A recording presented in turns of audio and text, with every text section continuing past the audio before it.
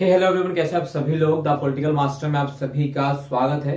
दोस्तों, आज इस वीडियो में हम क्लास 12 के इतिहास का चैप्टर नंबर 10 उपनिवेशवाद और देहात के मोस्ट इंपॉर्टेंट दोस्तों क्वेश्चन आंसर करने वाले हैं।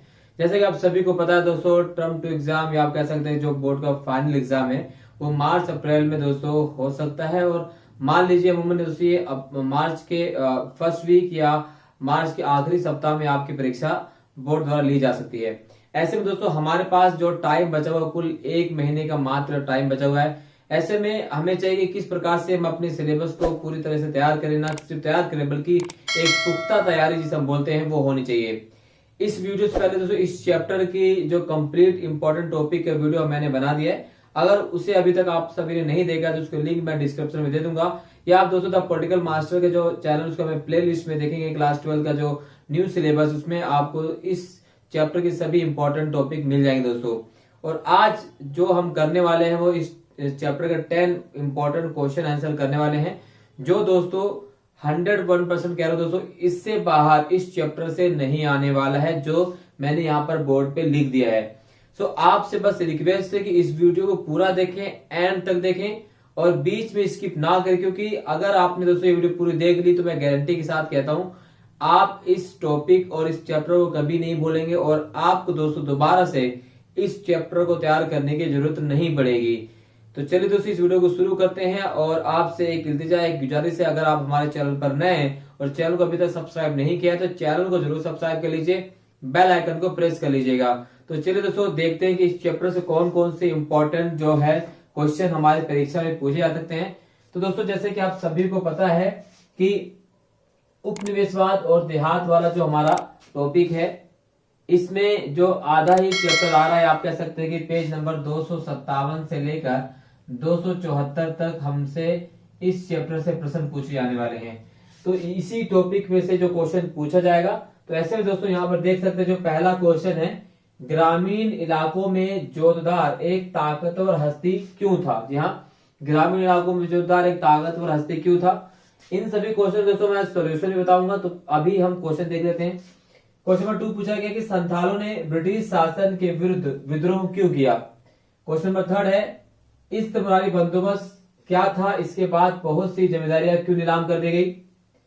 कंपनी ने जमींदारों को नियंत्रित कैसे किया। दामिने को क्या थी। प्रश्न नंबर 6 है, बंगाल में इस्तमरारी बंदोबस्त लागू करने के बाद जमींदार भू राजस्व को अदा करने में लगातार असफल रहे, इसके कारण और परिणाम बताइए। 5वीं रिपोर्ट क्या थी। हल और कुदाल के बीच लड़ाई क्या थी। बटाईदार या बारगदार क्या थे या कौन थे। और प्रश्न नंबर 10 है, जोतदार कौन थे। तो दोस्तों ये टॉप 10 क्वेश्चन है इस चैप्टर के। एक बार इन क्वेश्चन को आप नोट डाउन कर लीजिए। हम जस्ट अभी आते हो सभी चीजों का हम सॉल्यूशन करते हैं या स्क्रीनशॉट ले सकते हैं दोस्तों।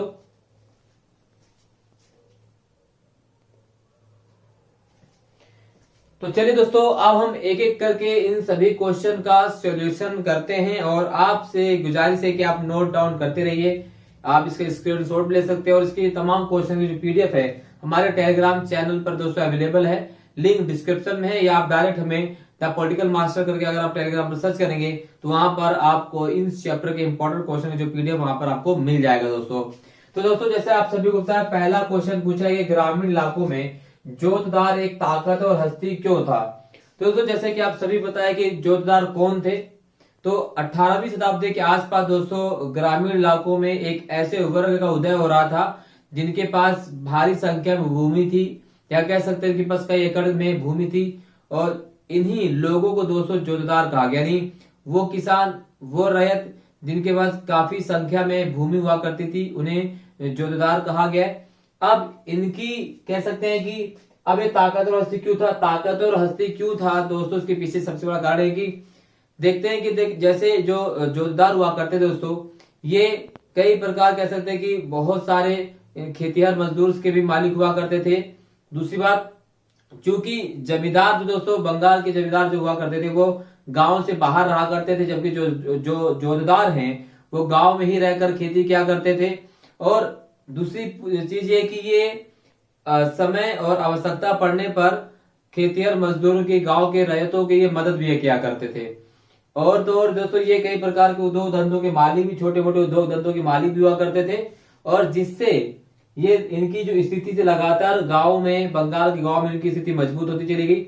और कह सकते हैं दोस्तों कि कई बार जब जमींदार अपनी जमींदारी को नीलाम करते थे तो ये जोतदार ही उन जमीनों को, उन जमींदारियों को खरीद लिया करते थे। तो इससे हम कह सकते हैं कि बंगाल में इन जोतदारों की जो स्थिति थी, जमींदारों की गुना मजबूत होगी। इसके पीछे कारण हमने बता दिया दोस्तों, सिंपल सा क्वेश्चन आपसे पूछा जाएगा।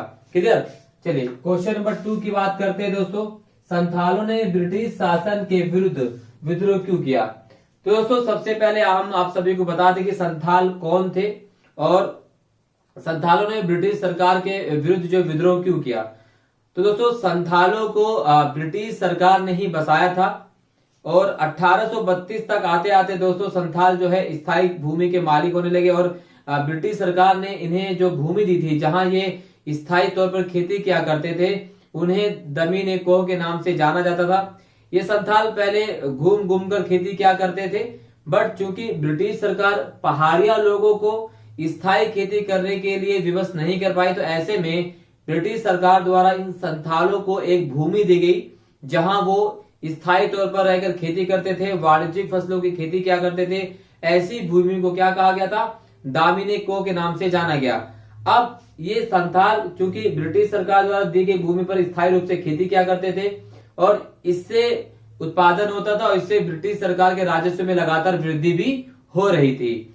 बट एकाएक दोस्तों क्या होता है कि धीरे धीरे जो है इन संथालों की अपनी भूमि, जिसे दामिनी को कहा जाता था, जिसको ब्रिटिश सरकार ने इन्हें दी थी खेती करने के लिए, धीरे धीरे इन संथालों की अपनी भूमि, जिसे दामिनी को कहा जाता, उस पर से अधिकार होना, कह सकते हैं कि अधिकार की समाप्ति हो रही थी। क्योंकि अब ब्रिटिश सरकार इन संथालों की भूमि पर ज्यादा से ज्यादा कर लगा रही थी, क्योंकि उत्पादन नहीं हो रहा था, ऐसे में कर ज्यादा देना पड़ता था। दूसरी बात क्या थी कि जो जमींदार इन संथालों से कर वसूला करते थे, वो उनसे ज्यादा कर वसूला करते थे। आप उसे जमींदार कह लीजिए या दीकू कह लीजिए, वो ज्यादा कर वसूला करते थे, जो कि इनके उत्पादन से कई गुना ज्यादा होता था। इसके साथ जो तीसरा पॉइंट दोस्तों ये है कि जो जमींदार थे वो दामिनी को पर अपना अधिकार जताने लगे थे, क्योंकि ब्रिटिश सरकार ने संथालों को अधिकार दिया था। क्योंकि अब जमींदार इनसे कर वसूला करते थे, तो जमींदार जो थे इन संथालों की जो भूमि थी दामिनी को, उन पर अपना अधिकार जताने लगे थे।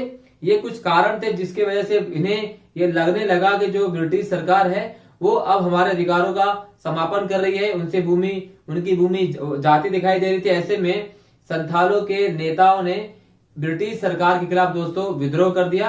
क्योंकि संथाल घुमक्कड़ प्रवृत्ति के थे, वो एक स्थान से दूसरे स्थान से जाकर अपना खेती किया करते थे, और इनकी प्रवृत्ति अब एक ही स्थान पर खेती करने वाली बन गई थी।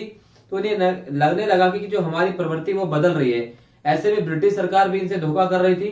तो ये कुछ वजह थी जिसकी वजह से संथालों ने ब्रिटिश सरकार के खिलाफ विद्रोह किया। आई होप ये क्वेश्चन भी आपको समझ में आ चुका होगा। आप इसे रिपीट करके दोस्तों आप लिख भी सकते हो। इसका जो पीडीएफ है ये मैंने पहले ही दोस्तों द पॉलिटिकल मास्टर पर डाल दिया है, वहां से जाकर आप इसे डाउनलोड कर सकते हैं। क्लियर? चलिए क्वेश्चन नंबर 3 की बात करें। इस्तमरारी बंदोबस्त क्या था? इसके बाद बहुत सी जिम्मेदारियां क्यों नीलाम कर दी गई? तो दोस्तों जैसे कि आप सभी को पता है कि इस्तमरारी बंदोबस्त भूमि का एक स्थायी बंदोबस्त था।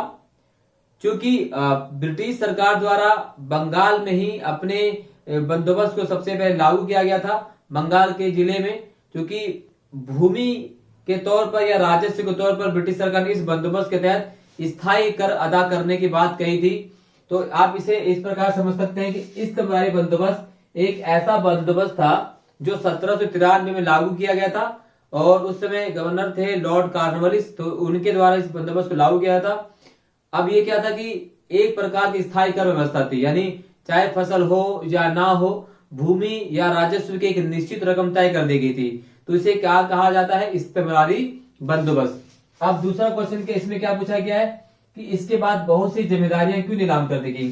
तो दोस्तों इस्तमरारी बंदोबस्त के बाद बहुत सारी जिम्मेदारी इसलिए नीलाम कर दी गई क्योंकि ब्रिटिश सरकार ने भूमि का जो राजस्व था वो काफी उच्च रखा था। ऐसे में ये ब्रिटिश सरकार की सोच थी कि भाई अगर हम भूमि की रकम उच्च रखेंगे तो भविष्य में जब उत्पादन बढ़ेगा तो हमें राजस्व में किसी प्रकार का नुकसान नहीं होगा, क्योंकि ब्रिटिश सरकार ने स्थायी कर दिया था।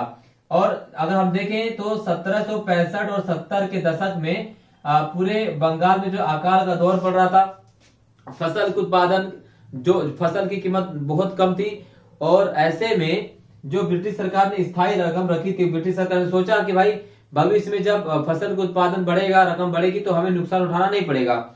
इसलिए ब्रिटिश सरकार ने पहले इतनी रकम ज्यादा कर दी थी कि ये कर चुका पाना, राजस्व चुका पाना जमींदारों की बस की बात नहीं थी, क्योंकि जमींदार खुद तो कर थोड़ी देते थे, रैयत जो उत्पादन करते थे उसी का एक हिस्सा वो उन जमींदारों से लेकर ब्रिटिश सरकार को देते थे, जिसको ब्रिटिश सरकार ने पहले ही तय कर दिया था। मान लेते हैं उन्हें 80 रुपए तय कर दिया, अब 80 रुपए ही उनको लेना होता था, चाहे उत्पादन कम हो, ज्यादा हो, ना हो, उनसे इससे मतलब नहीं, तो उन्हें अपनी रकम से मतलब था। तो ये जो रकम थी, इस रकम की वजह से बहुत सारी जमींदारी जो बंगाल में नीलाम कर दी गई। कारण यह था कि एक तो क्या राजस्व की उच्च दर, दूसरा असमानता ये थी कि चाहे उत्पादन हो या ना हो, जमींदारी कम हो, जमींदार के पास भूमि कम हो या ज्यादा हो, उससे इसका मतलब नहीं था। और इसके साथ साथ ब्रिटिश सरकार ने कह सकते हैं कि एक सूर्यास्त कानून विधि के माध्यम से यह तय कर रखा था, अगर कोई भी जमींदार तय समय सीमा के भीतर अपनी जमींदारी की रकम नहीं चुका पाता था, तो उसकी जमींदारियां जो है नीलाम कर दी जाती थी। तो ये कुछ वजह थे जिसके माध्यम से इस्तेमारी बंदोबस्त के लागू होने के बाद बंगाल की बहुत सारी जमींदारियां नीलाम कर दी गई, यानी इवन 70% तक जो जमींदारी थी दोस्तों वो नीलाम कर दी गई। कारण मैंने आपको बता दिया। आई होप ये क्वेश्चन भी आपको समझ में आ गया हो दोस्तों, बहुत ही इंपॉर्टेंट क्वेश्चन है। ये क्वेश्चन दोस्तों पूछा जा सकता है। क्वेश्चन नंबर 4 क्या है, कंपनी ने जमींदारों को नियंत्रित कैसे किया। तो दोस्तों कंपनी ने जमींदारों को नियंत्रित कैसे किया, तो यहाँ पर जैसे आप सभी को पता है, कंपनी ने बंगाल में जो इस्तेमारी बंदोबस्त व्यवस्था को लागू किया था, उस व्यवस्था को किसके माध्यम से लागू किया था, वो व्यवस्था लागू किया गया था बंगाल के जो तालुकादार थे, जो राजा थे, उन्हीं के माध्यम से इस बंदोबस्त को लागू किया गया था। अब जो बंगाल के राजा थे, जो तालुकादार थे, वो मात्र अब ब्रिटिश सरकार के कर संग्रहकर्ता यानी कर इकट्ठा करने वाले बन गए थे। उनके अधिकार को समाप्त कर दिया गया था, किसके द्वारा, ब्रिटिश सरकार के द्वारा। क्योंकि इससे पहले जो बंगाल के जमींदार राजा हुआ करते थे, उनके पास कई प्रकार की शक्तियां हुआ करती, यानी वो कचहरी भी लगाया करते थे, वो प्रशासन की कार्रवाई भी क्या करते थे, वो स्थानीय न्यायालय भी लगाया करते थे, और तो और जैसे कहें कि वो लोगों के प्रशासन में भागीदारी भी निभाते थे ये। और इसके अलावा जो यहाँ पर जमींदार प्रशासन का काम करते थे, वो सारा प्रशासन का काम ब्रिटिश सरकार ने कलेक्टर को सौंप दिया। अब कलेक्टर ही इन जमींदारों का करता धरता हो गया। तो ये कुछ वजह थी जिसके माध्यम से ब्रिटिश सरकार ने जमींदारों की जो अधिकार थे उन्हें पूरी तरह से समाप्त कर दिया। अब जो जमींदार थे वो ब्रिटिश सरकार के केवल आप कह सकते हैं कर संग्रहकर्ता या जमींदार जो है कर उगाह करने वाले बनकर रह गए थे और कुछ भी नहीं था। तो ये तरीका था जिसके माध्यम से ब्रिटिश सरकार ने जमींदारों पर क्या किया दोस्तों, उनको नियंत्रित किया। क्लियर। चलिए अब बात करते हैं दामिनी को क्या थी। तो दोस्तों दामिनी को एक ऐसी भूमि थी जिस भूमि को ब्रिटिश सरकार ने या ब्रिटिश कंपनी ने संथालों को स्थायी खेती करने के लिए दिया था। क्योंकि संथाल पहले इकट्ठा खेती एक जगह पर खेती नहीं किया करते थे, वो जगह जगह खेती किया करते थे। अब इसी के तहत ब्रिटिश सरकार ने, ब्रिटिश कंपनी ने इन संथालों को एक भूमि दी, वहां पर वो स्थायी कृषि किया करते थे, वाणिज्यिक फसलें उगाया करते थे। इसे क्या कहा गया, दामिनिको के नाम से जाना गया। क्लियर। आई होप आप क्लियर हो गया दोस्तों। अगर वीडियो पसंद आ रही प्लीज लाइक कीजिएगा। इस वीडियो को कम से कम दोस्तों आप 1000 लाइक जरूर कर दीजिए। लाइक सिर्फ बोलने के लिए नहीं दोस्तों, इससे हमें प्रोत्साहन मिलता है इसी प्रकार के और अच्छी आप सभी के लिए वीडियो बनाने के लिए। क्लियर। चलिए बंगाल में इस्तेमारी बंदोबस्त लागू करने के बाद जमींदार भू राजस्व को अदा करने में लगातार असफल रहे। तो दोस्तों जैसे कि आप सभी को पता है कि ब्रिटिश सरकार द्वारा, ब्रिटिश कंपनी द्वारा 1793 में बंगाल में ही स्थायी इस्तेमारी बंदोबस्त या स्थायी बंदोबस्त को लागू किया गया। और जब बंगाल में इस्तेमारी बंदोबस्त को लागू किया गया उसके बाद जो है जमींदार भू राजस्व को अदा करने में लगातार असफल रहे। तो जमींदार भू राजस्व को लगाने में या कह सकते भू राजस्व चुकाने में असफल इसलिए रहे। इसके पीछे कारण क्या है दोस्तों, राजस्व की ऊंची मांग, ठीक है, फसल का उत्पादन कम होता था और इस बीच बंगाल में लगातार अकाल पड़ रहा था। ब्रिटिश सरकार द्वारा, ब्रिटिश कंपनी द्वारा एक विधि बनाई गई थी जिस विधि के माध्यम से अगर जो जमींदार अपने तय समय सीमा के भीतर अगर अपनी जमींदारी जो राजस्व अदा नहीं कर पाता था तो उसकी भूमि को नीलाम कर दिया जाता था। तो इस वजह से, और कई बार चूंकि रकम बहुत ऊंची थी, फसल का उत्पादन बहुत कम होता था, ऐसे में रैयत भी जो क्या करते थे, रैयत जो होते थे वो कर नहीं चुकाते थे। ऐसे में कई बार जमींदार जानबूझकर भी सरकार को, कंपनी को जो कर नहीं चुकाता था। ऐसे में कर की रकम बहुत ज्यादा हो जाती थी और इसी वजह से जमींदारियों को नीलाम करना पड़ता था। ठीक है, ये सारी चीजें हैं। अब इसका परिणाम क्या हुआ दोस्तों? राजस्व अदा ना कर पाने, राजस्व चुका ना पाने का क्या परिणाम रहा?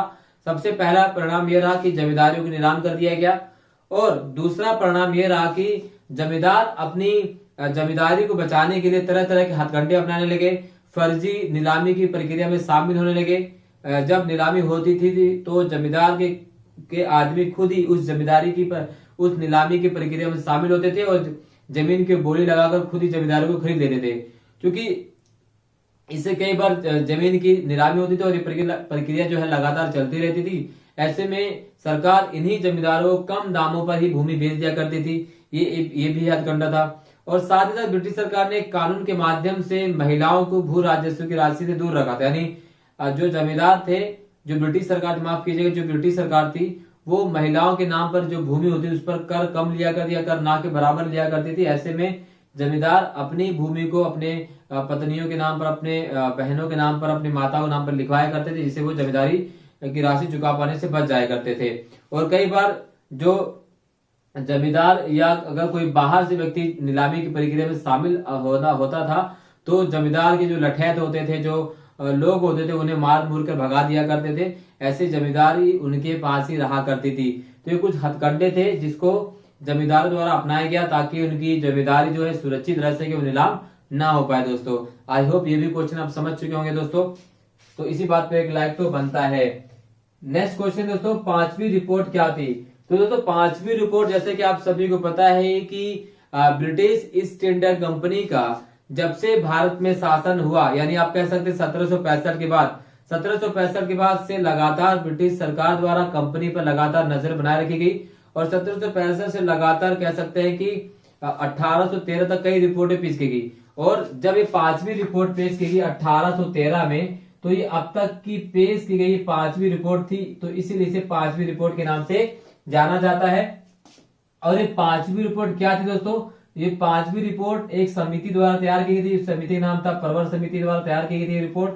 अब ये रिपोर्ट थी क्या दोस्तों? क्योंकि ब्रिटिश ईस्ट इंडिया कंपनी को ब्रिटेन के महारानी द्वारा कह सकते हैं कि एक पत्र दिया गया या एक मुसत अधिकार दिया गया, उस अधिकार के माध्यम से ब्रिटिश सरकार को, ब्रिटिश कंपनी को केवल अधिकार था भारत और चीन पर एक क्षेत्र व्यापार करने का, एकाधिकार तो व्यापार का। अब इस एक क्षेत्र और एकाधिकार वाले नियम को, अधिकार को ब्रिटिश सरकार के अन्य कंपनियों द्वारा लगातार चुनौती दी जा रही थी। और ब्रिटिश सरकार के, ब्रिटेन में जो बड़ी बड़ी कंपनियां थी, जो बड़े बड़े कारखाने थे, अब उनका भी मन कर रहा था कि भाई हम भी भारत में व्यापार करें। और कई राजनीतिक दल ये भी कह रहे थे कि भाई 1765 से, जब से ब्रिटेन जो है राजनीतिक रूप से भारत पर पकड़ मजबूत करता, तब से लेकर जो है सिर्फ और सिर्फ जो राजनीतिक फायदा किसको पहुंचा, कंपनी को पहुंचा है, अन्य लोगों को फायदा नहीं पहुंच पाया है। और इसीलिए जब ये रिपोर्ट एक प्रवर समिति द्वारा 1813 में ब्रिटेन के संसद में पारित की जाती है, तो इस रिपोर्ट पर बहुत ज्यादा वाद विवाद होता है। वाद विवाद क्यों होता है मैंने आपको बता दिया कि अब अन्य लोग भी ये चाहते थे जो शाही फरमान केवल ब्रिटिश ईस्ट इंडिया कंपनी को लेकर जारी किया गया था, अब उसे लोग निरस्त करने के लिए मांग कर रहे थे कि भाई अब हमें भी मौका दिया जाए भारत में व्यापार करने का, भारत में काम करने का, अपने माल को बेचने का, जो केवल कंपनी को प्राप्त था। तो इसी को लेकर ये रिपोर्ट तैयार की गई थी। और इसके कई बार आलोचना भी की जाती है, क्योंकि जो रिपोर्ट तैयार की गई थी वो प्रवर समिति के माध्यम से तैयार की गई थी। और देखने में यह आया कि जो रिपोर्ट तैयार की गई थी 1000 पृष्ठों वाली, उस रिपोर्ट में ज्यादातर जमींदारों के पत्र लेख बाइयों को शामिल किया गया था, जिसमें जानबूझकर कंपनी की बुराई की गई थी। तो जब हम इस रिपोर्ट को देखें, पढ़े, तो इसमें हमें बात जरूर ध्यान में रखनी चाहिए कि रिपोर्ट केवल कंपनी को भारत पर से जो एकाधिकार व्यापार को समाप्त करने के लिए तैयार की गई थी।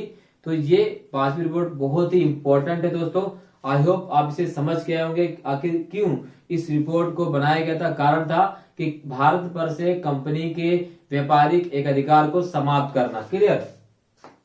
अब बात करते हैं हल और कुदाल के बीच लड़ाई। तो दोस्तों हल और कुदाल के बीच लड़ाई का मतलब यह है कि जो पहाड़िया लोग थे वो हल से खेती नहीं करते थे, वो हल से भूमि जोतने से मनाही करते थे, जबकि संथाल लोग ने हल का प्रयोग किया, जबकि पहाड़ी लोग केवल कुदाल का प्रयोग क्या करते थे, हल का प्रयोग नहीं करते थे। और यही है दोस्तों हल और कुदाल के बीच लड़ाई, क्योंकि पहाड़िया लोगों द्वारा हल का प्रयोग करने के लिए मना कर दिया गया, जबकि जो संथाल जो एक अच्छे बसिंदे साबित हुए, अच्छे निवासी साबित हुए, उनको वो हल से भी खेती कर सकते थे, कुदाल से भी खेती कर सकते, उन्हें किसी प्रकार कोई भी परेशानी नहीं थी। तो यही थी हल और कुदाल के बीच लड़ाई। क्लियर। बटाईदार कौन थे या बरगादार कौन थे? तो बटाईदार दोस्तों वो लोग थे जो जोतदार की भूमि पर खेती क्या करते थे और खेती किससे करते थे, उनका अपने हल से ही खेती क्या करते थे। जोतदार को कुछ भी नहीं होता था, लेकिन जब फसल का उत्पादन हो जाता था तो जोतदार इन बटाईदारों से आधी फसल ले लेता था। तो बटाईदार कौन थे? वो रैयत, वो किसान जो जोतदार के खेतों में अपने हलों से खेती किया करते थे। इसी प्रकार से दोस्तों जोतदार कौन थे? आप सभी पता कि जोतदार बड़े बड़े भूस्वामी मालिक को जोतदार कहा गया और 1832 में उत्तरी बंगाल में इनकी जो है स्थिति काफी मजबूत हो चुकी थी और कई प्रकार के कामों में संलिप्त थे। तो ये दोस्तों टॉप 10 क्वेश्चन इस चैप्टर के। आई होप आपको ये वीडियो काफी पसंद आई होगी। अगर आपको वीडियो पसंद आए तो लाइक जरूर कीजिएगा, कमेंट जरूर कीजिएगा। इन वीडियो संबंधित, इस चैप्टर संबंधित, इन क्वेश्चन संबंधित कोई भी डाउट है तो आप कमेंट बॉक्स में जरूर पूछ सकते हैं दोस्तों। और छोटी सी रिक्वेस्ट है, चैनल को जरूर सब्सक्राइब कर दीजिए। आप सभी की सपोर्ट की बहुत ज्यादा आवश्यकता है। लाइक और शेयर हमें ज्यादा प्रोत्साहन देते हैं इसी प्रकार की और वीडियो बनाने के लिए। बहुत बहुत धन्यवाद दोस्तों। जय हिंद। और परीक्षा के लिए तैयार रहिए, परीक्षा बहुत नजदीक है। बहुत बहुत धन्यवाद दोस्तों। मिलते हैं नेक्स्ट वीडियो में।